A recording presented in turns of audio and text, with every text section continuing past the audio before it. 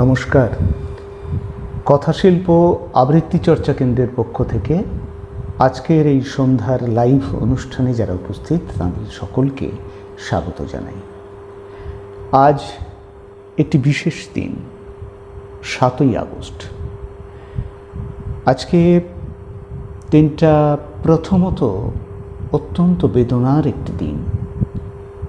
1941 সালের আজকের দিনে অর্থাৎ 7ই আগস্ট প্রয়াত হয়েছিলেন আমাদের সকলের প্রাণের ঠাকুর রবি ঠাকুর। কিন্তু আশ্চর্য হলেও সত্যি যে এই 7ই আগস্ট এই ঠাকুর পরিবারে আরও একজন মানুষের আবির্ভাব হয়েছিল, যে মানুষটি ঠাকুর পরিবারের নামকে সারা পৃথিবীর মানুষের কাছে উজ্জ্বল করেছিল। হ্যাঁ, রবীন্দ্রনাথ যেমন সাহিত্যের ক্ষেত্রে সারা পৃথিবীর মানুষের কাছে একটি অত্যন্ত পরিচিত নাম, ঠিক সেই রকম ভারতীয় চিত্রকলার ক্ষেত্রে, শিল্পের ক্ষেত্রে একটি সারা পৃথিবীব্যাপী নাম হচ্ছে ঠাকুর পরিবারের আর এক ঠাকুর, অবনীন্দ্রনাথ ঠাকুর। 1871 সালের 7ই আগস্ট বাংলা 1278 বঙ্গাব্দের 23শে শ্রাবণ তিনি ঠাকুর পরিবারে জন্মগ্রহণ করেন। আজ তাঁর 150তম জন্মদিন। তার 150তম জন্মদিনটি আমরা পালন করতে পারছি, এটা আমাদের কাছে অত্যন্ত ভালো লাগার। প্রায় 1 বছর ধরে আমরা ভেবে এসেছি যে আজকের দিনটি পালন করব তার কোন্নগরের বাড়িতে, সেখানে যাব, তার স্মৃতি বিজড়িত বিভিন্ন জিনিস আমাদের সংগঠনের ছাত্রছাত্রীদের দেখাবো। কিন্তু পরিস্থিতি গত 1.5 বছর ধরে এতটাই খারাপ যে বাইরে গিয়ে অনুষ্ঠান করবার তো সুযোগ নেই। তাই এবারও আমরা এভাবেই লাইভ অনুষ্ঠানের মধ্যে তার 150তম জন্মদিন পালন করছি। খুব আশ্চর্য হলেও সত্যি যে অবনীন্দ্রনাথ ঠাকুর ঠাকুর পরিবারের সঙ্গে তার কি সম্পর্ক, বা রবীন্দ্রনাথের সঙ্গে তার কি সম্পর্ক, বেশিরভাগ মানুষ জানলেও অনেকেই তা জানেন না। যেমন আমাদের এই বিজ্ঞাপনটা প্রকাশিত হয়েছে বেশ কয়েকদিন আগে, আপনারা দেখেছেন। আমার খুব প্রিয় 2-1 মানুষ জানতে চেয়েছেন, আচ্ছা তোমরা এই যে অবনীন্দ্রনাথ ঠাকুরের 150 বছর বলছো, তার নামটা তো সেইভাবে খুব একটা শোনেনি, রবীন্দ্রনাথের কেউ ছিলেন? এটাই আমাদের দুর্ভাগ্য। যে মানুষটি বাংলা শিশু সাহিত্যের ইতিহাসে একটি চিরকালীন নাম, বাংলা শিশু সাহিত্যের উল্লেখযোগ্য সমস্ত বই যিনি উপহার দিয়েছেন, চিরকালীন বই যিনি উপহার দিয়েছেন আমাদের, এবং ভারতীয় চিত্রকলার এক পুরোধা পুরুষ, যাকে বলা হয় ফাদার অফ ইন্ডিয়ান আর্ট,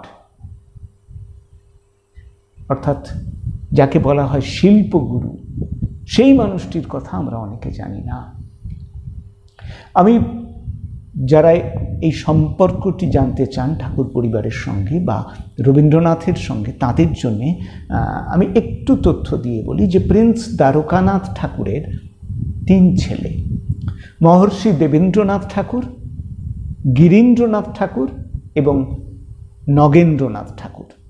এই দেবেন্দ্রনাথের পুত্র রবীন্দ্রনাথ, এটা আমরা সবাই জানি।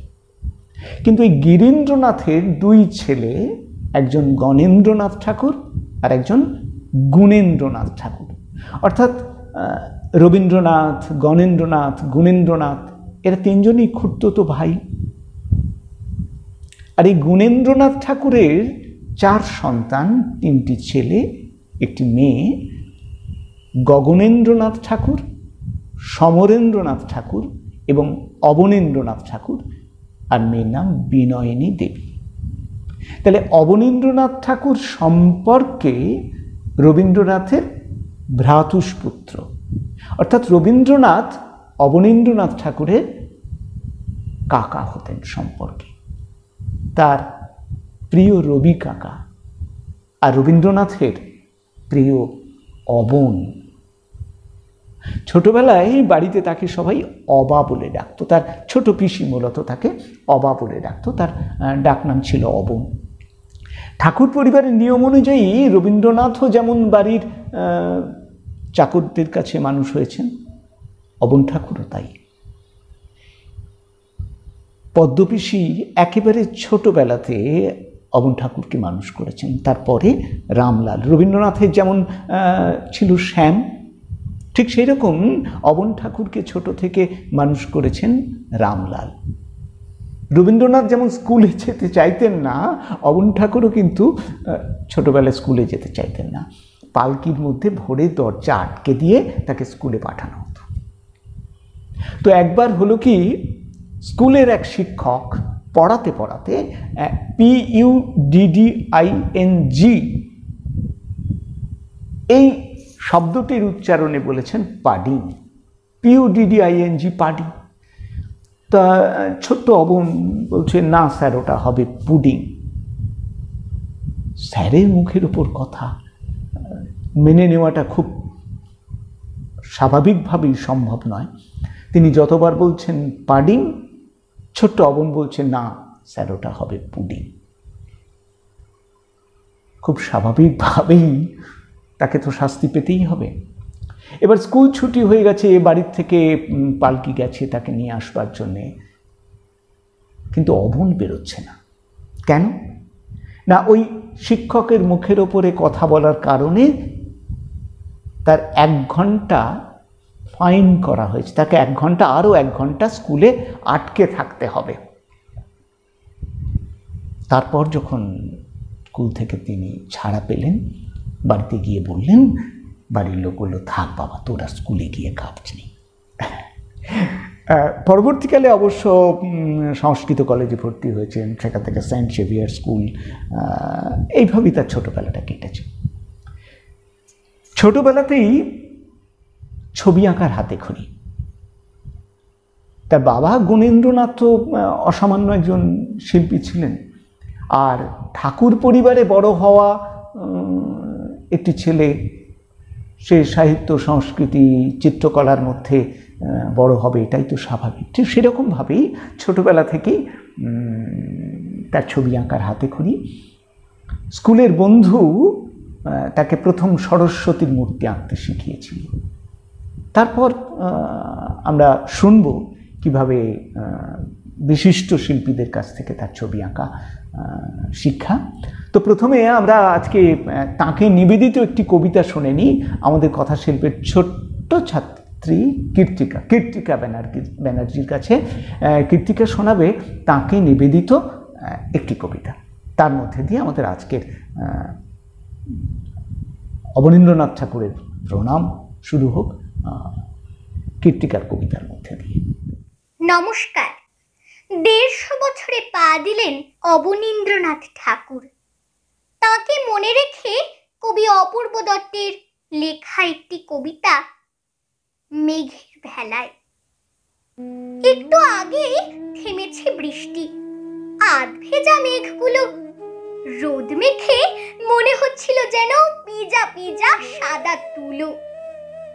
শ্রাবণ আকাশ, নৈরিত কোণে কে এক শিল্পী কবি নিজের খেয়ালে 7 রং দিয়ে এঁকে চলেছেন ছবি।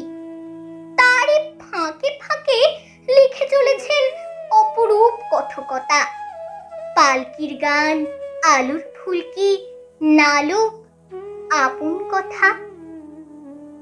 এখনো শ্রাবণ আকাশে রঙিন মেঘের ভেলায় ভেসে চলেছেন ঋষি অবিন ঠাকুর ভূতপত্রীর দেশে।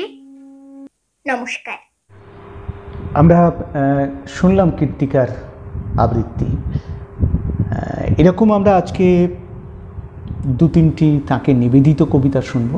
এবং আজকে আমাদের সম্মাননীয় অতিথি হিসাবে দুজন বিশিষ্ট মানুষ আছেন। একজন বিশিষ্ট শিল্পী তরুণকান্তি বারিক, তিনি আমারও খুব প্রিয় মানুষ।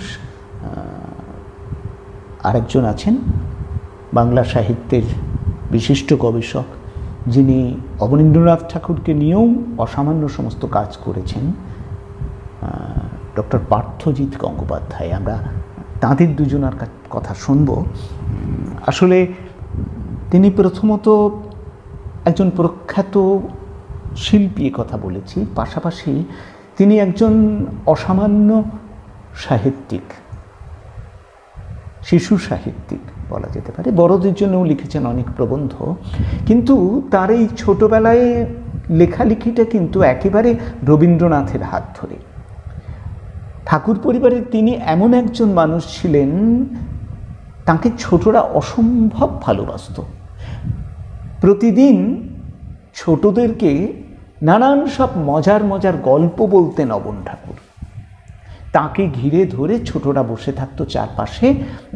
তিনি একেবারে তাদের মুখের ভাষায় তাদের মতো করে গল্প বলতেন। তিনি জানতেন যে ওই ছোট মন, কিশোর মন, শিশু মন কি চায়, তাদের উপযোগী করে অবন ঠাকুর গল্প শোনাতেন। রবীন্দ্রনাথ সেগুলো খেয়াল করতেন। রবীন্দ্রনাথ একদিন অবন ঠাকুরকে বললেন যে, অবন, তুমি তো খুব ভালো গল্প বলো ছোটদের, তুমি ছোটদের জন্য একটা বই লেখো। আসলে ঠাকুর বাড়িতে তখন ঠিক হলো যে ছোটদের জন্য কিছু বই ছাপা হবে। বাল্য গ্রন্থাবলী সিরিজের জন্যে কতগুলি বই করবেন রবীন্দ্রনাথ, এটা ঠিক করলেন এবং অবন ঠাকুরকে বললেন যে তুমি একটা লেখো। তা অবন ঠাকুর তো কখনো লেখেননি, তিনি একটু দ্বিধান্বিত হয়ে তাকিয়ে রয়েছেন। তখন রবীন্দ্রনাথ বুঝতে পেরে বলছেন, আরে বাবা, তুমি লেখো না, তুমি যেরকমভাবে গল্প বলো সেভাবেই লেখো। আরে ভুল ত্রুটি যদি কিছু হয় তো আমি আছি, আমি দেখিয়ে দেব। রবীন্দ্রনাথ সাহস দিয়েছেন, অবন ঠাকুর বসে গেলেন লিখতে। তিনি যে লেখা দিয়ে শুরু করলেন লেখা,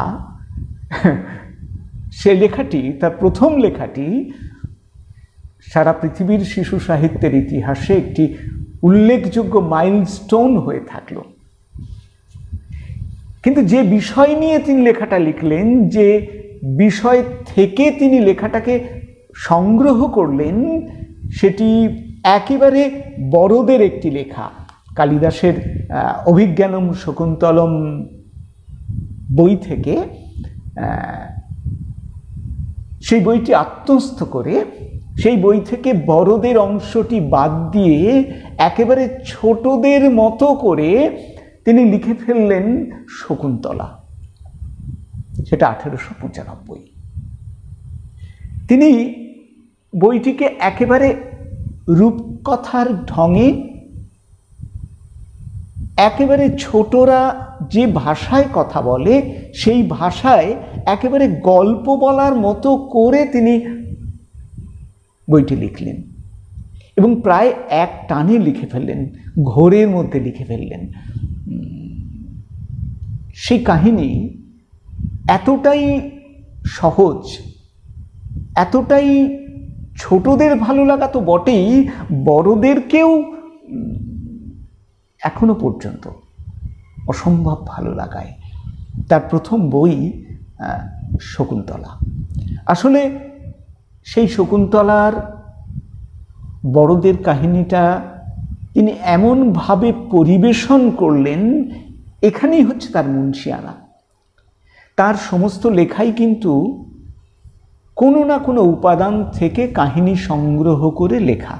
তার কোনো লেখাই প্রায় মৌলিক নয়, সব লেখাই কোথাও না কোথাও কোনো না কোনো ঘটনা থেকে নেওয়া হয়েছে, কখনো বিদেশি কাহিনী থেকে, কখনো বা দেশীয় উপাদান থেকে কাহিনী সংগ্রহ করে। সে প্রসঙ্গে পরে আসবো।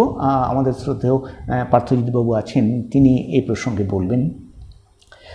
আসলে অবনীন্দ্রনাথ যেভাবে এই বইটি লিখলেন, তার বলবার যে ভঙ্গি, সেই ভঙ্গিটির মধ্যে শুধু গল্প বলার ভঙ্গি নয়, তিনি গল্প বলার মধ্যে মধ্যে প্রতিটি লাইনে লাইনে ছবি এঁকেছেন।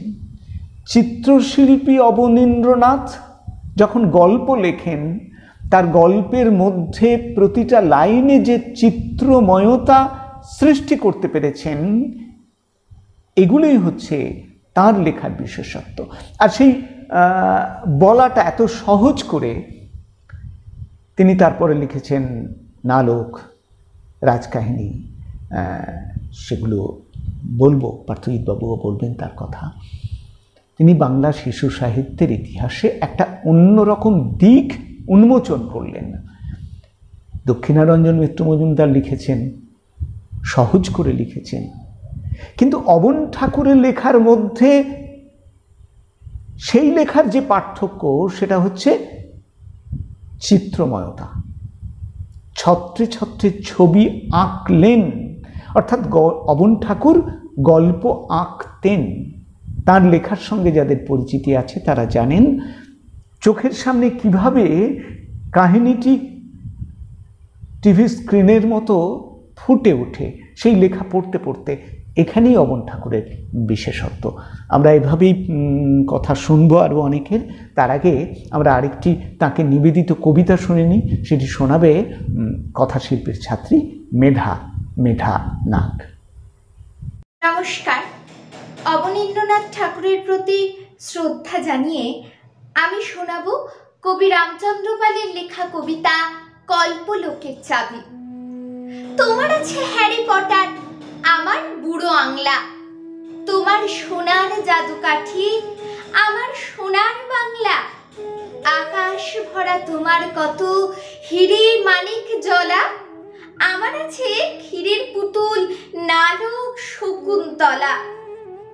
রাজকাহিনী পড়তে পড়তে রাত কেটে হয় ভোর, আমার আছে অবন ঠাকুর স্বপ্ন দেখানোর। তাঁরই গড়া শেষে জগৎ কল্পলোকের চাবি, পালকি চলে হুম্পা হুমা, বলতো কে কে যাবি। নমস্কার। এবারে যে মানুষটির কথা শুনবো, তিনি আমার অত্যন্ত প্রিয় মানুষ। আমার ব্যক্তি জীবনে যে মানুষটির ভূমিকা অনেকটা গুরুত্বপূর্ণ।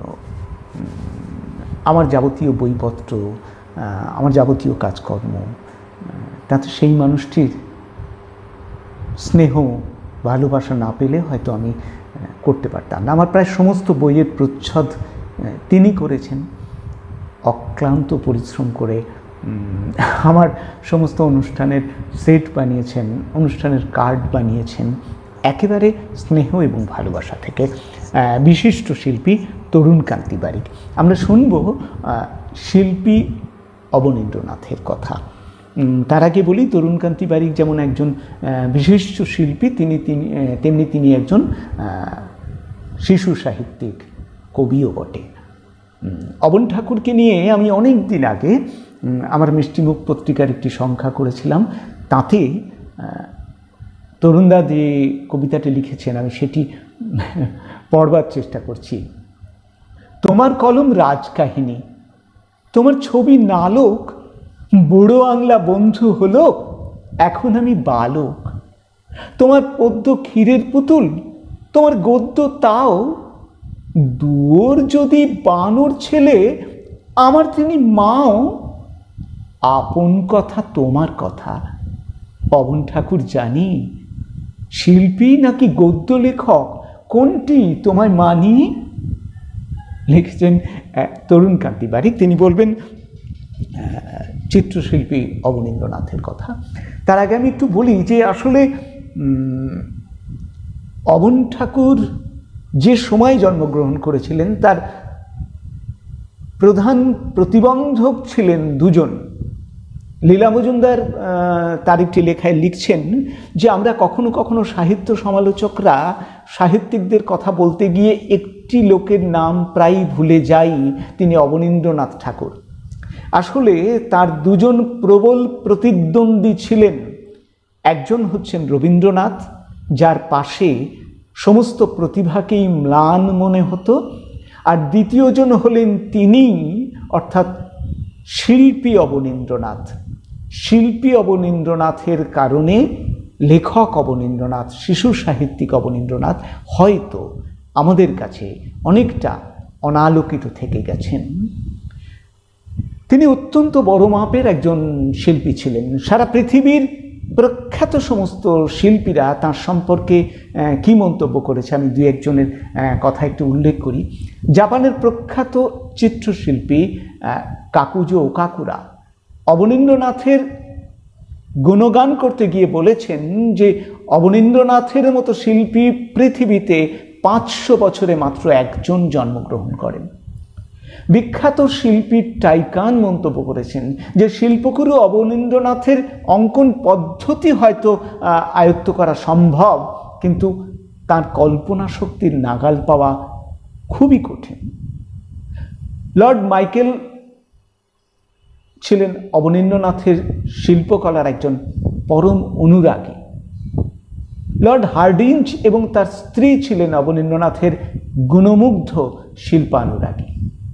সম্রাট পঞ্চম জর্জ অবনীন্দ্রনাথকে CIE উপাধিতে ভূষিত করেছিলেন। অবনীন্দ্রনাথই প্রথম আন্তর্জাতিক খ্যাতিসম্পন্ন ভারতীয় চিত্রশিল্পী। তিনি শুধু শিল্পী নন, তিনি ভারতের শিল্প গুরু। আগেই বলেছি তাকে বলা হয় ফাদার অফ ইন্ডিয়ান আর্ট। জাপানি শিল্পী ওকাকুরা, বিলেতের শিল্পী রোদেনস্টাইন, রাশিয়ার সুবিখ্যাত শিল্পী নিকোলাস বোরিক, প্যারিসের বিখ্যাত শিল্পী কারুকুসালা মাদাম কারপ্লে, পোল্যান্ডের প্রসিদ্ধ চিত্রকর কার্ল মিকফ, নরওয়ের শিল্পী ম্যাডসেন, সবাই অবনীন্দ্রনাথের শিল্পকলায় মুগ্ধ হয়ে তাদের দেশ থেকে অবনীন্দ্রনাথের কাছে ছুটে এসেছিলেন যে কি জাদু আছে তার কাছে, যে তাঁর ছবি এরকম অসামান্য। আসলে অবনীন্দ্রনাথ নানা মাধ্যমে ছবি এঁকেছেন। তিনি শুধু কাগজে ছবি এঁকেছেন তা নয়, তিনি কাপড়ে ছবি এঁকেছেন, কাগজের উপরে ছবি এঁকেছেন এবং ভারতীয় শিল্পের পুনরুদ্ধারের স্বপ্নে বিভোর ছিলেন তিনি নানা রকমভাবে ছবি এঁকেছেন। অবনীন্দ্রনাথের বেশিরভাগ চিত্রকলাই মোগল যুগের ইতিহাস থেকে নেওয়া। শাহজাহানের স্বপ্ন তো তার এক অসামান্য ছবি, সে ছবি শাহজাহানের মৃত্যু, সেটাও তার এক অসামান্য ছবি। তার পিছনে শাহজাহানের মৃত্যু যে কি করে এক অসামান্য ছবি হলো তার পিছনে এক ইতিহাস আছে, নিশ্চয়ই তরুণদা তা বলবেন। আলমগীর, আওরঙ্গজেব, দারার ছিন্নমুন্ডু, এগুলো সব বিখ্যাত তার চিত্রকলা, সারা পৃথিবী বিখ্যাত তার ছবি। সেই চিত্রশিল্পী অবনীন্দ্রনাথ সম্পর্কে আমার খুব প্রিয় মানুষ, আমার খুব প্রিয় শিল্পী তরুণ কান্তি বারিক এখন দু একটি কথা বলবেন। তার সাথে পরিচয় আমার সেই কোন ছোটবেলায়, ক্ষীরের পুতুল। তখনও ভালো করে পড়তে শিখিনি। বড়রা পড়ে শোনাতেন আর আমি মুগ্ধ হতাম, বিস্মিত হতাম। আমার জন্মেরও 10 বছর আগে তিনি মারা যান। তারও 10 বছর আগে তিনি ছবি আঁকা ছেড়ে দেন। তার শেষ ছবি জোড়াসাঁকো ঠাকুর বাড়ি থেকে রবীন্দ্রনাথের শেষ যাত্রা। তার প্রথম দুটি ছবি দ্বিজেন্দ্রনাথ ঠাকুরের স্বপ্নপ্রয়াণ আর রবীন্দ্রনাথ ঠাকুরের বিম্ববতী কবিতার চিত্ররূপ সাধনা পত্রিকায় প্রকাশিত হয় 1891-92 সাল নাগাদ। এই ছবি আঁকার পরবর্তী পর্যায়ে আরো সুশিক্ষিত হওয়ার লক্ষ্যে মেজমা জ্ঞানদানন্দিনীর উৎসাহে ও ব্যবস্থাপনায় ইটালিয়ান শিল্পী ওলিন্তো গিলার্দির কাছে মূলত প্যাস্টেলের কাজ ও প্রতিকৃতি আঁকার পাঠ নেন। রবীন্দ্রনাথ ঠাকুরের সূত্রে আলাপ রবি বর্মার সঙ্গে। বালক অবনীন্দ্রনাথের স্কেচ দেখে বেশ বাহবা দিলেন। তেল রং ও জল রঙের কাজ শিখলেন এল পামারের কাছে। সবই হচ্ছে, কিন্তু নিজের পথটা যেন অধুরা থেকে যাচ্ছে। দেশীয় রীতিনীতি না শিখলেই নয়। পথ দেখালেন রবি কাকা, অবনীন্দ্রনাথ ঠাকুরের রবিকা রবীন্দ্রনাথ ঠাকুর। তিনি বললেন বৈষ্ণব পদাবলী পড়তে। বৈষ্ণব পদাবলী পড়তে পড়তে আঁকলেন কৃষ্ণলীলা সিরিজ। সেই সিরিজ এতটা মনোজ্ঞ ও জনপ্রিয় হয়েছিল যে তদানীন্তন গভর্নমেন্ট আর্ট কলেজের অধ্যক্ষ ইভি হ্যাবেল জোড়াসাঁকোয় আসেন সেসব ছবি দেখতে।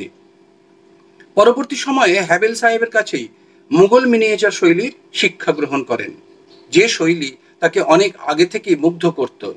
প্রপিতামহ দ্বারকানাথ ঠাকুরের বই ঘরে দেখেছিলেন মুঘল যুগের প্রাচীন চিত্রের পুঁথি, কিন্তু মুঘল মিনিয়েচারে অনুপ্রেরণায় আঁকতে গিয়ে মনে হলো কি যেন মিসিং, কি নেই। উপলব্ধি করলেন সেসব ছবিতে মানবিক ভাবাবেগের অভাব। তিনি চেষ্টা করলেন সেই ভাবাবেগকে নিজের ছবিতে যোগ করতে। সে সময় আঁকা ছবিগুলোর মধ্যে উল্লেখযোগ্য অন্তিম শয্যার শাহজাহান, কাঠের ফলকে তেল রঙে আঁকা, দেখতে মনে হয় যেন জল রং, এতটাই দক্ষতায় আঁকা সে ছবি। এ ছবি আঁকার কিছু আগে প্লেগে মৃত্যু হয়েছে অবনীন্দ্রনাথ ঠাকুরের ছোট মেয়ে শোভার। তার বুকের সমস্ত ব্যথা যন্ত্রণা যেন উজাড় করে ঢেলে দিলেন এই ছবিতে। এই ছবিতে দেখা যায় শাহজাহান অন্তিম শয্যায় দুর্গের বাইরে শায়িত, পায়ের কাছে বসে আছে তারই কন্যা জাহানারা। অবনীন্দ্রনাথ ঠাকুরের আঁকা বুদ্ধ ও সুজাতা ছবিটি দেখে নন্দলাল বসু স্থির করেন তিনি তার শিষ্যত্ব গ্রহণ করবেন। হয়ও তাই। এরপর পরিচয় হয় জাপানি চিত্রশিল্পী ওকাকুরার সঙ্গে। তার কাছে জাপানি চিত্রকলার প্রকরণ কৌশল আয়ত্ত করলেন অবনীন্দ্রনাথ। ওকাকুরা অবনীন্দ্রনাথ ঠাকুরের কাজে এতটাই মুগ্ধ ছিলেন যে দেশে ফিরে গিয়ে তারই কয়েকজন জাপানি ছাত্রকে কলকাতা পাঠান তার কাছে ভারতীয় চিত্রকলা সম্পর্কে পাঠ নেবার জন্য। 1905 সালে আর্ট কলেজের অধ্যক্ষ, তদানীন্তন অধ্যক্ষ ইভি হ্যাবেল অবনীন্দ্রনাথ ঠাকুরকে সহকারী হিসাবে নিয়ে যান। সে সময় তিনি আঁকেন ভারত মাতা ছবিটি, যেটি তার তদানীন্তন স্বাধীনতা আন্দোলনের সঙ্গে তার একাত্মতাই প্রমাণ করে। 1906 থেকে 1915 প্রায় 10 বছর তিনি আর্ট কলেজের দায়িত্ব সামলেছেন। তারই শিক্ষণে পরবর্তী সময়ে আমরা পেয়েছি অসংখ্য গুণী শিল্পীদের। তারপর দীর্ঘ বিরতি, কাজ করলেন কুটুম কাটুম নিয়ে, লিখলেন যাত্রাপালা। গাছের শিকড়ের অংশ তারই হাতের জাদুতে প্রাণ পেল, হয়ে উঠল আকর্ষণীয় ভাস্কর্য। সে সময় আঁকলেন পট চিত্রশিল্পের সারল্যে বেশ কিছু ছবি, যেমন চণ্ডীমঙ্গল, কৃষ্ণমঙ্গল। তিনি পরিচিত হয়ে উঠলেন অবন পটুয়া নামে, কিন্তু আমরা বোধহয় তা সঠিক মূল্যায়ন করতে পারিনি আজও। আধুনিক চিত্রশিল্পী ও কলারসিকদের ঔদাসীন্যে তাকে প্রায় ভুলতে বসেছি। তবে আমার বিশ্বাস তিনি ছিলেন, আছেন, থাকবেন যতদিন শিল্প থাকবে। অবনীন্দ্রনাথ ঠাকুরের 150তম জন্মদিনে আমার প্রণাম, শ্রদ্ধা। আমরা এতক্ষণ মুগ্ধ হয়ে শুনছিলাম তরুণকান্তি বারিকের কথা, চিত্রশিল্পী অবনীন্দ্রনাথের কথা। শুরুতে যে কথা বলছিলাম যে আমার কাছে অবন ঠাকুর প্রিয় তার শিশু সাহিত্যের জন্যে। আসলে অবন ঠাকুর জানতেন ছোটদের জন্য লিখতে গেলে কেমনভাবে লিখতে হবে। তিনি জানতেন যে ছোটরা কি চায়, কিসে তাদের আকাঙ্ক্ষা, তাদের পরিচিত জগৎকে তাদের লেখার মধ্যে দিয়ে ছোটরা দেখতে চায়। সে কারণেই অবন ঠাকুর ছোটদের একেবারে নিকট বন্ধু হতে পেরেছিলেন। অবন ঠাকুর যে সমস্ত চিরকালীন লেখা লিখেছেন, যেমন শকুন্তলার কথা বললাম, ক্ষীরের পুতুল, নালক, বুড়ো আংলা, রাজকাহিনী, ভূতপত্রীর দেশ, সত্যি সত্যি বাংলা শিশু সাহিত্যের ইতিহাসে এক চিরকালীন লেখা। এই যে ক্ষীরের পুতুলের কথা বললাম, আগেই বলেছি যে অবন ঠাকুর সব কিছু কাহিনী কোনো না কোনো জায়গা থেকে ধার করেছেন, কিন্তু তার কল্পনা তার মধ্যে মিশিয়ে সেই কাহিনীর থেকে কিছুটা গ্রহণ, কিছুটা বর্জন করে একেবারে নিজস্ব ঢঙে তিনি এমন করে তা পরিবেশন করেছেন, তার পরিবেশনের গুণে সেটা একেবারে মৌলিক হয়ে উঠেছে। যেমন ক্ষীরের পুতুলের কথাই ধরুন, রবীন্দ্রনাথ একসময় রূপকথা সংগ্রহ করতে চেয়েছিলেন। তিনি মৃণালিনী দেবীকে বলেছিলেন ছোট ছোট সেই সময়কার বিভিন্ন রূপকথাগুলোকে সংগ্রহ করে একটি খাতায় তা লিপিবদ্ধ করতে। মৃণালিনী দেবী সেই খাতা থেকে একটি রূপকথার কাহিনী সংগ্রহ করে সেই কাহিনী নিজের মতো করে পরিবেশন করলেন ক্ষীরের পুতুলে। এক আশ্চর্য রূপকথা। তার বলবার কাহিনীটি একেবারে রূপকথার ঢঙেই বলা। তার মধ্যে কিছুটা হয়তো ষষ্ঠী দেবীর মাহাত্ম্য প্রচারিত হয়েছে শেষ দিকে, কিন্তু কখনোই সেটা ষষ্ঠী দেবীর ব্রত কথা হয়নি, বরং তার সঙ্গে রূপকথার মিলটাই অনেক বেশি।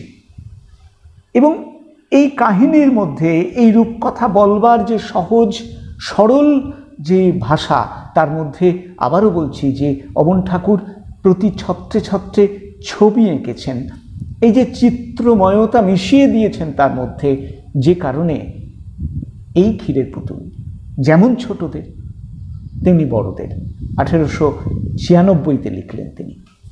তার বেশ কিছুদিন পরে 1901-এ তিনি আরেকটি অসামান্য বই লিখলেন, রাজকাহিনী। এটি একটি ঐতিহাসিক ঘটনা থেকে নেওয়া। টডের রাজস্থান এই বইটি থেকে তার কাহিনী নেওয়া। এটি একটি একেবারেই ঐতিহাসিক কাহিনী বলা যেতে পারে। জেমস টড ব্রিটিশ আমলে প্রায় 17 বছর রাজপুতানায় ছিলেন। তিনি রাজপুতানায় থাকতে থাকতে রাজপুত জাতির জীবনযাত্রা, তাদের জীবনচর্যা দিনের পর দিন পর্যবেক্ষণ করেছেন, পরীক্ষা করেছেন, নিরীক্ষণ করেছেন, এবং সেই নিয়ে তিনি রাজস্থান নামে একটি বই লিখেছেন। সেই বই থেকে তিনি কাহিনী সংগ্রহ করে মেবারের রাজবংশের ইতিহাসকে আলাদা করে নিয়ে এই রাজকাহিনীর মধ্যে বর্ণনা করেছেন। এবং সেই বর্ণনার ভঙ্গির কারণে সেটি বড়দের বইটি একেবারে ছোটদের হয়ে উঠেছে অবন ঠাকুরের একেবারে নিজস্ব প্রায় মৌলিক একটি বই, যদিও তার কাহিনী টডের রাজস্থান থেকে নেওয়া। 1916-তে তিনি আরেকটি অসামান্য বই লিখলেন, নালক। বুদ্ধদেবের জীবন কাহিনীকে তিনি নতুন করে বর্ণনা করলেন শিষ্য নালকের মধ্যে দিয়ে। বুদ্ধদেবের জীবন কাহিনী নিয়ে অসংখ্য বই আছে, ললিত বিস্তার, অশ্বঘোষের বুদ্ধচরিত, শ্রী ধর্মপাল ভিক্ষুর জাতক নিদান। কিন্তু এই বইটি অবন ঠাকুরের পরিবেশনার গুণে একেবারেই আলাদা হলো। এই সমস্ত বই থেকে তিনি কাহিনী সংগ্রহ করলেন বটে, কিন্তু শিষ্য বালক নালকের মধ্যে দিয়ে তিনি বুদ্ধদেবের জীবন কাহিনী বর্ণনা করলেন। এই বর্ণনার গুণে সে বইটিও একেবারে মৌলিক হয়ে উঠেছে এবং বাংলা শিশু সাহিত্যের ইতিহাসে আরেকটি অসামান্য বই হয়ে উঠেছে। সেটি 1322 বঙ্গাব্দের বৈশাখ থেকে ভাদ্র সংখ্যায় ভাদ্র পর্যন্ত ভারতী পত্রিকায় নিয়মিতভাবে এই কাহিনী প্রকাশিত হতে থাকলো এবং পরবর্তীকালে সেটি বই আকারে প্রকাশ পেল। আমরা এখন আরও একটি নিবেদিত কবিতা শুনে নিই। আমরা বলছিলাম যে শুরুতেই বলেছিলাম যে আমরা কথাশিল্পের ছাত্রছাত্রীদের কাছ থেকে অবন ঠাকুরকে নিবেদিত কিছু কবিতা শুনব। তা সেই রকম একটি কবিতা শোনাবে কথাশিল্পের ছাত্রী উপাসনা মুখার্জি। সে অবন ঠাকুরকে নিবেদিত একটি কবিতা শুনবে। তারপরে আমরা শুনবো আমাদের আজকের প্রধান আলোচক ডক্টর পার্থজিৎ গঙ্গোপাধ্যায়ের কথা, যিনি অবন ঠাকুরকে নিয়ে দীর্ঘ কাজ করেছেন, অসামান্য বই লিখেছেন, একটি উজ্জ্বল উদ্ধার করেছেন স্বপ্নের মোড়ক নাম দিয়ে, সেই বইটির উজ্জ্বল উদ্ধার করেছেন। আমরা তার কথা শুনবো, তবে তার আগে উপাসনার কাছ থেকে অবন ঠাকুরকে নিবেদিত একটি কবিতা শুনে নিই। নমস্কার। বাংলা সাহিত্য সংস্কৃতিতে পৃথিবীর মানুষের কাছে যেমন রবীন্দ্রনাথ ঠাকুর পরিচিত, ঠিক তেমনি ঠাকুর পরিবারের আরও একজন ভারতীয় চিত্রকলার জন্য গোটা পৃথিবীর মানুষের কাছে সমাদৃত। তাঁর আজ ৭০০ জন্মবর্ষ। তিনি হলেন অবনীন্দ্রনাথ ঠাকুর। তাঁকে আমার প্রণাম জানাই। আমি শোনাবো তাঁকে নিয়ে লেখা রামচন্দ্র পালের একটি ছোট্ট কবিতা। ছবির মতো গল্প লেখা, গল্প বলা ছবি। বাংলা পুরো আংলা পাগল করলো সে কোন কবি? চিরকালের আসন শিশু মনের সিংহাসনে ক্ষীরের পুতুল আজও নালক রাজ কাহিনী শোনে। স্বপ্নে আঁকা সে যে জগৎ গল্প কথার দেশে, কল্পনা তার ফুরোয় না, মন পঙ্খী চলে ভেসে। কবি নাকি কথক, নাকি রঙের রূপকার, যা গড়েছেন সব যেন ঠিক ছবির মতো তার। নমস্কার। আমরা এবারে আমাদের আজকের প্রধান আলোচক এবং যিনি বাংলা শিশু সাহিত্যের একজন গবেষকও বটে এবং অবন ঠাকুরকে নিয়ে তিনি দীর্ঘ গবেষণাধর্মী কাজ করেছেন, তার গবেষণার বিষয়টিও ছিল অবনীন্দ্রনাথ ঠাকুর। তাকে নিয়ে অনেক কাজ করেছেন, তার কথা শুনব। তার আগে বলি যে শুরুতেই আমি বলছিলাম যে অবন ঠাকুর যা লিখেছেন সবটাই কিন্তু বিভিন্ন জায়গা থেকে কাহিনী সংগ্রহ করে, কোনোটাই তার মৌলিক লেখা নয়, কিন্তু সে লেখা তার লেখার গুণে একেবারে মৌলিক হয়ে উঠেছে। অবন ঠাকুরের লেখালেখিকে প্রধানত দুটো ভাগে ভাগ করতে পারি। একটা হচ্ছে দেশীয় উপাদানে রচিত বই, আর একটা হচ্ছে বিদেশি উপাদান বা বিদেশি কাহিনী অবলম্বনে রচিত বই, যেমন খাতাঞ্চির খাতা, বুড়ো আংলা, হানাবাড়ির কারখানা। এগুলোকে বলা যেতেই পারে যে বিদেশি কাহিনী থেকে কাহিনী নিয়ে লেখা বই। আর বিষয়বস্তু অনুসারে অবন ঠাকুরের লেখাকে আমরা প্রায় 5টি ভাগে ভাগ করতে পারি।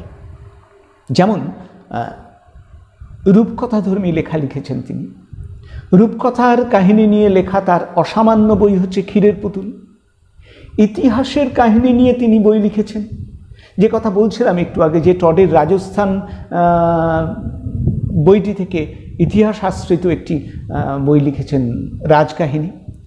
সংস্কৃত সাহিত্যের অনুসরণে বা অনুকরণে লিখেছেন তিনি বই বিষয়গতভাবে।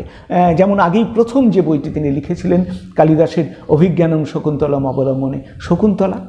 আবার বুদ্ধদেবের জীবনচরিত অবলম্বনে তিনি লিখেছেন জাতক থেকে নেওয়া ভক্ত নালকের কথায় বুদ্ধদেবের জীবনচরিত নালক। এই নালক বুদ্ধদেবের জীবনচরিত এবং বলা যেতে পারে অবন ঠাকুরের একটি অসামান্য বই। আবার রামায়ণের কাহিনী অবলম্বনেও তিনি বেশ কিছু লেখা লিখেছেন, নিশ্চয়ই সেগুলি পার্থদা বলবেন পরে। একটি যাত্রাপালা এবং কয়েকটি পুঁথি লিখেছেন রামায়ণের কাহিনী নিয়ে। অর্থাৎ বিষয়গতভাবে আমরা অবন ঠাকুরের লেখাকে মোটামুটিভাবে এরকম 5টি ভাগ করতে পারি। তো প্রথমে পার্থদার কাছে জানতে চাইব যে অবন ঠাকুর লেখালেখিতে এলেন কিভাবে, এবং আমরা আশ্চর্য হয়ে লক্ষ্য করি যে এই রকম সহজ করে বলা, এত নির্মেদ গদ্য, এত ছোটদের মুখের ভাষায় লেখা গদ্য বাংলা শিশু সাহিত্যে প্রায় একেবারেই একক। এই যে গল্পের মধ্যে তার যে চিত্রময়তা, এই বিষয় নিয়ে যদি পার্থিকবাবু প্রথমে একটু বলেন। আমরা দক্ষিণারঞ্জন মিত্র মজুমদারের লেখাও পড়েছি, কত সহজ সাবলীল, কিন্তু তার লেখা যেন আলাদা। এই বিষয়টা নিয়ে পার্থদীপবাবু যদি একটু শুরুর কথা বলে তারপরে একটু আমাদের বলেন, ভালো লাগবে আমাদের। এখন শুনব আমাদের আজকের আমন্ত্রিত অতিথি প্রধান আলোচক ডক্টর পার্থজিৎ গঙ্গোপাধ্যায়ের কথা। হ্যাঁ, আমি পার্থজিৎ গঙ্গোপাধ্যায়। খুব আনন্দের খবর, ধুবুলিয়ার কথাশিল্প অবনীন্দ্রনাথ ঠাকুরের সাধ্য শতবর্ষ এই পরিস্থিতিতেও পরম আন্তরিকতায় আয়োজন করেছে। প্রীতম ভট্টাচার্যকে আমার অন্তরে শুভেচ্ছা। অবনীন্দ্রনাথ আমাদের প্রাণের ঠাকুর, অবন ঠাকুর। আমরা সবাই অবনীন্দ্রনাথের লেখা পড়তে পড়তে বড় হয়েছি। মজার ব্যাপার, তিনি হয়তো লিখতেনই না। ছোটদের জন্য তার যে স্বপ্নময় আশ্চর্য সৃষ্টি সম্ভার, তা থেকে বোধহয় আমরা বঞ্চিতই হতাম। আসলে তিনি ছবি আঁকার মানুষ। সাহিত্যেও তিনি ছবিই এঁকেছেন। তিনি নিজেই বলেছেন, অবিন ঠাকুর ছবি লেখে। তিনি ছবিই লিখতেন। যে কথা বলছিলাম যে তিনি ছবি আঁকা নিয়েছিলেন, সেই সুদূর শৈশবে কোন্নগরের বাগান বাড়িতে গিয়েছিলেন সপরিবারে। সেখানে ছবি আঁকার হাতে খড়ি। অবন ঠাকুর একটি কুঁড়ে ঘরের ছবি এঁকেছিলেন। সেই শুরু। ছবি আঁকতে আঁকতে তিনি খ্যাতির শিখরে। আর্টিস্ট হিসেবে তার ব্যাপ্তি, পরিচিতি তখন দেশের গণ্ডি পেরিয়ে ও দেশেও, সাগর পাড়েও পৌঁছে গেছে। সেই সময় একটি ঘটনা ঘটল, ভাগ্যিস ঘটেছিল। আসলে রবীন্দ্রনাথ তো জহুরি, তিনি জহর চিনতে ভুল করেননি। রবীন্দ্রনাথ লক্ষ্য করেছিলেন তার পরম স্নেহভাজন অবন অসাধারণ গল্প বলে, খুব দক্ষতার সঙ্গে গল্প বলেন। ছোটরা, বাড়ির ছোটরা, জোড়াসাঁকোর ছোটরা সবাই তাকে ঘিরে ধরে, মুগ্ধ মোহিত হয়ে তারা অবন ঠাকুরের গল্প বলা শুনে যায়, তন্ময় হয়ে শোনে। আর তাদের মন তখন কল্পলোকে উঠতে থাকে, ঘুরতে থাকে, ভালো লাগায়, প্রাপ্তির আনন্দে ভরে ওঠে। রবীন্দ্রনাথ এটা লক্ষ্য করেছিলেন। এবার কি হলো না, ঠাকুরবাড়ি থেকে পরিকল্পনা করা হলো যে কিছু বাল্যপাঠ্য বই বেরোবে। বাল্যপাঠ্য বই বেরোবে। প্রথম বইটা কে লিখবেন? না, রবীন্দ্রনাথ তার অবনকে বললেন যে তুমি যেমন করে মুখে মুখে গল্প বলো ঠিক তেমন করেই লেখো, আর কিছু ভুলচুক হলে আমি তো আছি। মানে রবীন্দ্রনাথ প্রয়োজনে পরিমার্জন করবেন। অবনীন্দ্রনাথ দ্বিধায় পড়লেন, দ্বন্দ্বে পড়লেন, ভাবিত হলেন, বিচলিত হলেন। তারপর এক সময় একদম এক ঝোঁকে তিনি লিখে ফেললেন। বলছেন এই কথা এক ঝোঁকে, একটা সিটিংয়ে লিখে ফেললেন। লিখে তার রবিকাকে দেখালেন। না, রবীন্দ্রনাথ একটিও শব্দ পরিবর্তন করলেন না। অবনীন্দ্রনাথ বলছেন যে সেই প্রথম বুঝলাম যে আমিও বাংলা লিখতে পারি। সে বইটা শকুন্তলা, 1895। শকুন্তলা বাল্য পাঠ্য গ্রন্থাবলীতে প্রথম বই হয়ে বেরোলো। দ্বিতীয় বইটি নদী, রবীন্দ্রনাথের। তৃতীয় বই আবার অবন ঠাকুরের, ক্ষীরের পুতুল। যে কথা বলছিলাম যে ভাগ্যিস রবীন্দ্রনাথ তাকে প্রাণিত করেছিলেন, উদ্বুদ্ধ করেছিলেন, উজ্জীবিত করেছিলেন, আর সেই কারণেই আমরা অবন ঠাকুরের আরেকটা সত্তার মুখোমুখি হয়েছি। লেখক অবন ঠাকুরকে, শিশু সাহিত্যের সম্রাট অবনীন্দ্রনাথকে পেয়েছি। কত বই সোনার কলমে লেখা, শকুন্তলা, ক্ষীরের পুতুল, রাজকাহিনী, বুড়ো আংলা, আলোর ফুলকি, হানাবাড়ির কারখানা, পরপর অনেকগুলো নামই বলে যাওয়া যায়। মজার ব্যাপার হলো যে কোনো বইটি তার একদম মৌলিক লেখা নয়। কোনোটি দেশীয় পুরাণ থেকে তিনি সংগ্রহ করেছেন কাহিনী সার, কোনোটি বিদেশি আখ্যান গল্প থেকে।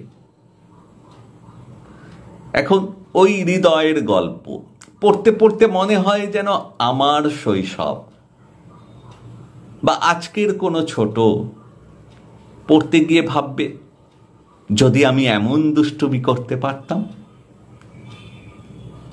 সে হৃদয় তো ভিনদেশী, কিন্তু অবনীন্দ্রনাথের লেখার এমন জাদু ছিল যে সে পুরাণের গল্পই হোক বা বিলেতি আখ্যানই হোক, তা একেবারে বাঙালি মনের উপযোগী করে তিনি উপস্থাপন করেছেন। সেই কারণে এত বছর পরেও তিনি আমাদের হৃদয় জুড়ে আছেন। তার 150 হল, 200তেও তিনি এমনই ঝলমলে উজ্জ্বল থাকবেন, এ নিয়ে কোনো সন্দেহ নেই। হ্যাঁ, যারা বাংলা গদ্যের ইতিহাস লিখেছেন তারা তো সবাই সবুজপত্রের কথা বলেছেন। সবুজপত্র 1914-তে, তার অনেক আগেই আমাদের অবনীন্দ্রনাথ অসাধারণ চলিত গদ্য লিখেছেন। প্রমথ চৌধুরী সবুজপত্র, চলিত গদ্য, এই যে আলোচনা, এটা বোধহয় সবটা ঠিকঠাক নয়। 1910-এ উপেন্দ্র কিশোর টুনটুনির বইয়ের মতো অসাধারণ গদ্যে লেখা অবিস্মরণীয় সৃষ্টি। আর আমাদের অবন ঠাকুর শকুন্তলা লিখলেন 1895-তে, ক্ষীরের পুতুল 1896-তে। মানে সবুজপত্র প্রকাশের কত আগে চলিত গদ্য, এবং অসাধারণ সুন্দর, মাধুর্যময় চলিত করত। যে কথা বলছিলাম যে ভাগ্যিস রবীন্দ্রনাথ অবন ঠাকুরকে উজ্জীবিত করেছিলেন। অবনীন্দ্রনাথ হয়তো লিখতে আসতেন না। অবনীন্দ্রনাথের তো ৭১ জন্ম, আমরা জানি। 1885-তে ঠাকুর বাড়ি থেকে বালক বেরোচ্ছে। এই বালকে ঠাকুর বাড়ির ছোটরাও লিখছেন, যেমন বলেন্দ্রনাথ 1870-এ তার জন্ম, সুধীন্দ্রনাথ দ্বিজেন্দ্রনাথের ছেলে 1869-এ, বা স্বর্ণকুমারী দেবীর কন্যা সরলা দেবী 1872-এ, আরেক কন্যা হিরণময়ী দেবী 1868-তে। দেখা যাচ্ছে এরা সবাই অবনীন্দ্রনাথের সমকালীন, এরা সবাই লিখছেন বালকে, কিন্তু অবনীন্দ্রনাথ নয়। অবনীন্দ্রনাথ অনেক দেরিতে শুরু করলেন, আর ওই 95-তে আমরা স্তম্ভিত হয়ে গেলাম। অমন গদ্য ভাবাই যায় না। এখনো মনে হয় পড়তে গিয়ে বোধহয় এই মাত্র লেখা হয়েছে। এত এত আধুনিক। অবনীন্দ্রনাথের গদ্য ভাষার কোনো তুলনা হয় না। আমরা এতক্ষণ একেবারে মন্ত্রমুগ্ধের মতো শুনছিলাম পার্থজিৎবাবুর কথা। আসলে অবনীন্দ্রনাথ ঠাকুরকে নিয়ে পার্থজিৎবাবু দীর্ঘদিন ধরে কাজটা করেছেন, তাই তার কাছ থেকে আমরা এত তথ্য সমৃদ্ধ কথা শুনতে পাই। এবারে আপনাকে বলবো পার্থজিৎবাবু যে অবনীন্দ্রনাথ আমাদের এই যে চারিপাশের প্রকৃতি, সমাজ, দেশ অসম্ভব ভালোবাসতেন। তার লেখার মধ্যে ছড়িয়ে আছে অসংখ্য লৌকিক উপাদান। আমাদের এই অন্তজ শ্রেণীর মানুষ, তাদের বিশ্বাস, তাদের ভালো লাগা তার লেখার মধ্যে ছত্রে ছত্রে ছড়িয়ে আছে। যেমন ষষ্ঠী দেবীর কাছে মানত করলে পুত্র সন্তান লাভ হয়, বিভিন্ন গাছতলায় যে লৌকিক দেবদেবীর স্থান আছে সেগুলোর কথা, যেমন আমরা শকুন্তলার কথাই বলি যে সেখানে বিভিন্ন লৌকিক উপাদান তার লেখার মধ্যে রয়ে গেছে। একেবারে রূপকথার ঢঙে সে লেখা, এবং বলা যেতে পারে যে লোক সমাজের মানুষের ইচ্ছে পূরণের কথা তার লেখার মধ্যে বারে বারে উঠে গেছে। ষষ্ঠী ঠাকুরনের মাহাত্ম্য লিখেছেন তিনি। তার গল্পের শুরুই হচ্ছে এরকম যে এক রাজার দুই রানী, দুয়োরানী আর সুয়োরানী। অর্থাৎ এই লৌকিক যে ঘরানা, লৌকিক যে উপাদান তার বিভিন্ন লেখার মধ্যে আমরা পেয়েছি। তো অবনীন্দ্রনাথের লেখার মধ্যে এই লৌকিক উপাদান, এই বিষয়ে আপনি একটু বলবেন, এবং সবশেষে আপনাকে বলতে বলবো যে আপনি একটা অসামান্য কাজ করেছেন। অবনীন্দ্রনাথ সেই সময় ঠাকুরবাড়ির ছেলেদের গল্প লেখার শেখাতেন, কিভাবে গল্প লিখতে হবে। তিনি বলতেন, কালকে রাতে যা স্বপ্ন দেখেছ সেটা আজকে লিখতে হবে। এরকম প্রত্যেকের কাছে, আপনার কাছেই শোনা গল্প যে প্রত্যেককে টুকরো টুকরো একটা কাগজ দিয়ে দিতেন, তারা লিখে জমা দিত। এবং এই নিয়ে স্বপ্নের মোড়ক বলে তিনি একটা কি বলবো লেখার সংগ্রহ করেছিলেন, এবং সেটি আপনি পরবর্তীকালে বহু চেষ্টায় সংগ্রহ করেন এবং সেটি বই আকারে প্রকাশ করেন। বাংলা সাহিত্যের সেটি একটি উল্লেখযোগ্য কাজ, এবং প্রখ্যাত চিত্রশিল্পী যুধাজিৎ সেনগুপ্ত তার পাতায় পাতায় ছবি এঁকেছেন। সেই গল্পটা যদি আজকের আমাদের দর্শকদের আপনি একটু জানান, তাহলে অবনীন্দ্রনাথ সম্পর্কে আরও একটু আমরা অনেকটাই জানতে পারব। এবারে আপনি একটু বলুন সেই বিষয়ে। হ্যাঁ, অবনীন্দ্রনাথের সঙ্গে লোক সাহিত্যের নিবিড় সম্পর্ক ছিল। এমনকি অবনীন্দ্রনাথের গদ্য ভাষার মধ্যেও লোকসাহিত্যের ছাপ আমরা লক্ষ্য করি। ছড়ার ব্যবহার, কোথাও কোথাও প্রত্যক্ষ ছড়ার ছন্দ, তিনি পুঁথি, যাত্রাপালা এই যে সব লিখলেন, তা তো লোকসাহিত্যের আঙ্গিককে অনুসরণ করে। এমনকি ওই যে ক্ষীরের পুতুলের আখ্যান, গল্পটা একটা রূপকথার গল্প, প্রচলিত রূপকথা।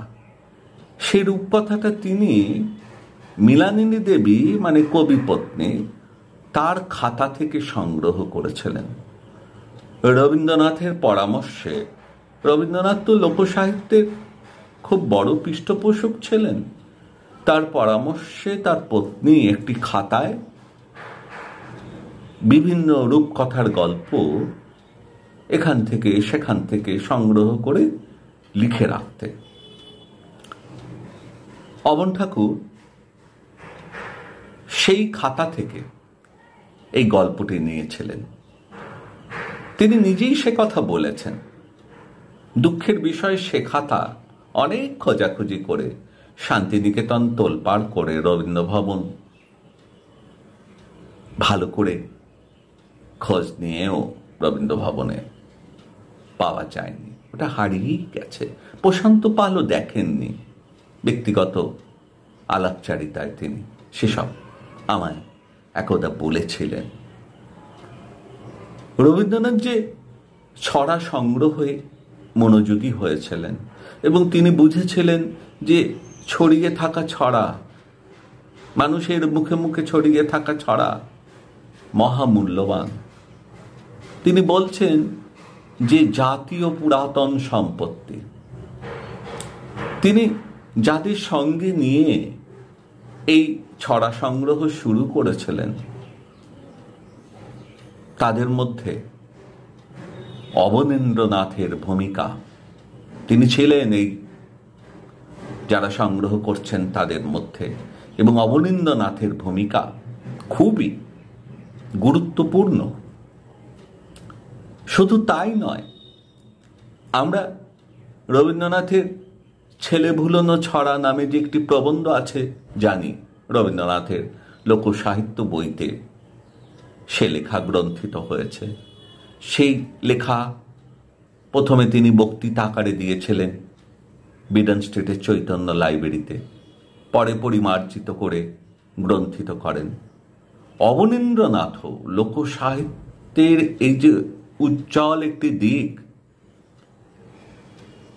ছড়া, সেই ছড়া নিয়ে ছেলে ভোলানো ছড়া নামে একটি দীর্ঘ লেখা ভারতীতে লিখেছিলেন।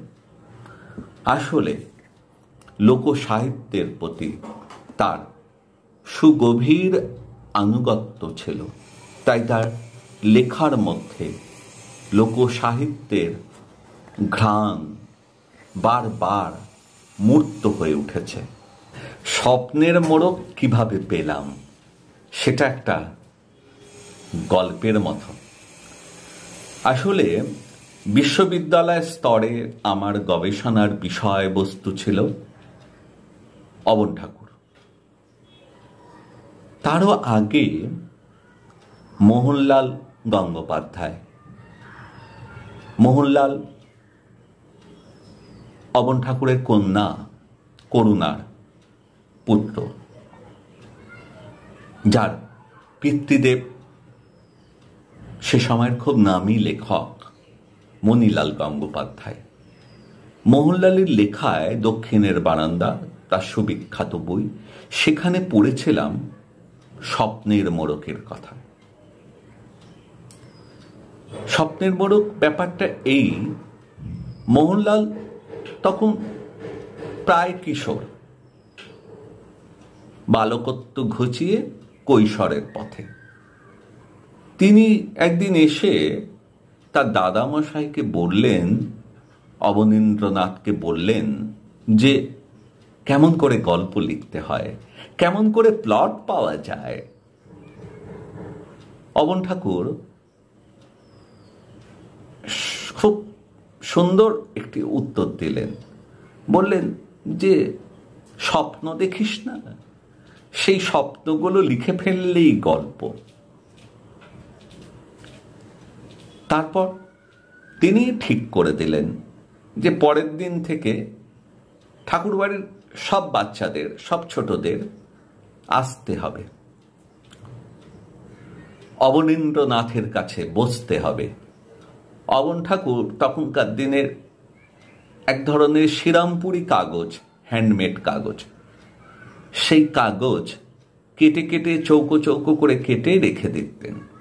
আর প্রতিদিন সকালবেলা মোহনলাল, শোভনলাল থেকে শুরু করে অবনীন্দ্রনাথের ছেলে মেয়ে এবং আরো ভাইদের ছেলে মেয়েরা, এমনকি বাড়িতে এক নেপালি চাকর ছিল ভিত্ত, সেও, সবাই এসে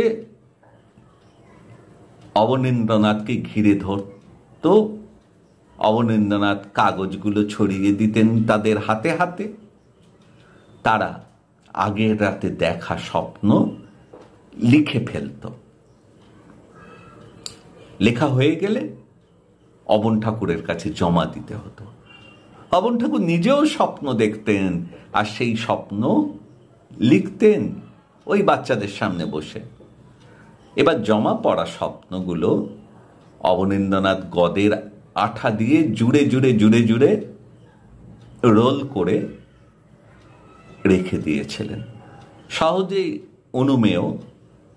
এটা অনেক দিন ধরে চলেছিল। দিন যত গেছে ততই কাগজ সংগ্রহ এবং আঠা দিয়ে লাগানো এটা দৈর্ঘ্যে বেড়েছে।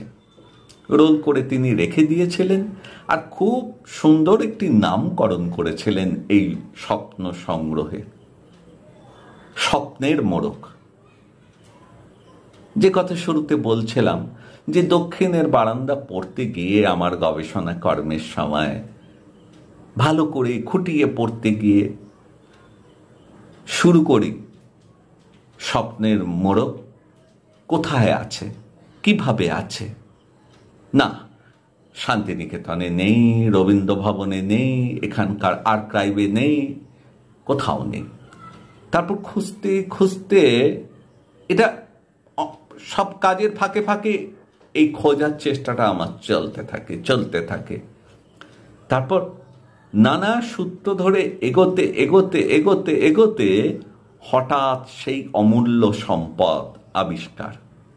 মনে হলো যেন একটা দেশ আবিষ্কার করে ফেললাম। সেই ছোটদের হাতের লেখা, অবন ঠাকুরের হাতের লেখা, জুড়ে জুড়ে সেই রোল করা শ্রীরামপুরি কাগজের দীর্ঘ সংগ্রহ, উপযুক্ত তথ্য দিয়ে, প্রাসঙ্গিক তথ্য দিয়ে, এই ছোটদের পরিচয় দিয়ে যাবতীয় সম্পাদনা কর্ম করে সে বই আমারই সম্পাদনায় বেরিয়েছিল। দীর্ঘদিন সে বই নিঃশেষিত, পাওয়া যায় না। খুব নামী শিল্পী আমাদের দেশের যুধাজি সেনগুপ্ত অসাধারণ সব পাতাজোড়া ছবি এঁকে দিয়েছিলেন। যে কথা বলছিলাম সে বই পাওয়া যায় না, দীর্ঘদিন ধরে নিঃশেষিত, একাধিক সংস্করণ হওয়ার পরও। খুব সম্প্রতি, নাম বলবো না, খুব সঙ্গত কারণে বইপাড়ার এক বিশিষ্ট প্রকাশকের সঙ্গে আমি চুক্তিবদ্ধ হয়েছি। তারা খুব উৎসাহের সঙ্গে স্বপ্নের মোড়ক আবার ছেপে ফেলছেন। সে বই নতুন করে স্বপ্নের মোড়ক খুব তাড়াতাড়ি বেরিয়ে যাবে। অনেক ধন্যবাদ পার্থজিৎ বাবুকে। আমরা এতক্ষণ প্রায় মন্ত্রমুগ্ধের মতো শুনছিলাম তার কথা। আমাদের সঙ্গে থাকার জন্যে আপনার প্রতি আমাদের শ্রদ্ধা এবং আমন্ত্রিত শিল্পী তরুণকান্তি বারিক, যিনি আমাদের শিল্পী অবনীন্দ্রনাথ নিয়ে বললেন, আপনাদের দুজনের প্রতি আমাদের কথাশিল্পের তরফ থেকে কৃতজ্ঞতা জানাই। আমরা শিশু সাহিত্যিক অবনীন্দ্রনাথের কথা শুনলাম, শিল্পী অবনীন্দ্রনাথের কথা শুনলাম, প্রাবন্ধিক হিসাবেও অবনীন্দ্রনাথ কিন্তু অসামান্য ছিলেন। কলকাতা বিশ্ববিদ্যালয়ে তিনি বাগেশ্বরী অধ্যাপক হিসাবে যে সমস্ত বক্তৃতা দিয়েছিলেন, শিল্প নিয়ে যে সমস্ত শিল্প বিষয়ক বক্তৃতা দিয়েছিলেন, সেগুলি পরবর্তীকালে বাগেশ্বরী বক্তৃতাবলী বলে একটি বই আকারে সেগুলো ছাপা হয়েছে। এবং ভারতীয় শিল্পকলার রূপকে তিনি যেমন সেখানে পরিপূর্ণতা দিয়েছেন সেই বক্তৃতার মধ্যে দিয়ে, তেমনি সেই লেখাগুলি, সেই বক্তৃতাগুলি ভাবের গাম্ভীর্যে এবং রচনার কৌশলে সত্যিকারের অসামান্য সাহিত্য হয়ে উঠেছে। অর্থাৎ প্রাবন্ধিক অবনীন্দ্রনাথও ছিলেন অনেক সমৃদ্ধ লেখক। তিনি অসম্ভব ভালো নাটক করতেন। রবীন্দ্রনাথের সাথে তিনি নিয়মিতভাবে ঠাকুরবাড়িতে নাটক করতেন এবং বিভিন্ন নাটকে তিনি একাধিক চরিত্রে অভিনয় করতেন। তিনি চমৎকার গান গাইতেন। তিনি একবার কাকা রবীন্দ্রনাথকে বললেন যে, কাকা তোমার গানগুলো আমি গাইতে চাই, কিন্তু তোমার মতো ঠিক ওই রকম সুর করে তো গাইতে পারি না, যদি বলো তাহলে আমার মতো করে কি একটু গাইতে পারি? তো রবীন্দ্রনাথ কি বলবেন ভাইপো অবনকে, বলেন দেখো গানের কথাগুলোও আমার, সুরগুলোও আমারই দেওয়া, তো একটু এমনভাবে গেয়েও যাতে সেগুলোর অমর্যাদা না হয়। তো অবনীন্দ্রনাথ সেগুলো সেই মর্যাদা সহকারেই গাইতেন। তিনি সঙ্গীত শিল্পী হিসাবেও সেই সময় রবি ঠাকুরের গান গাইতেন।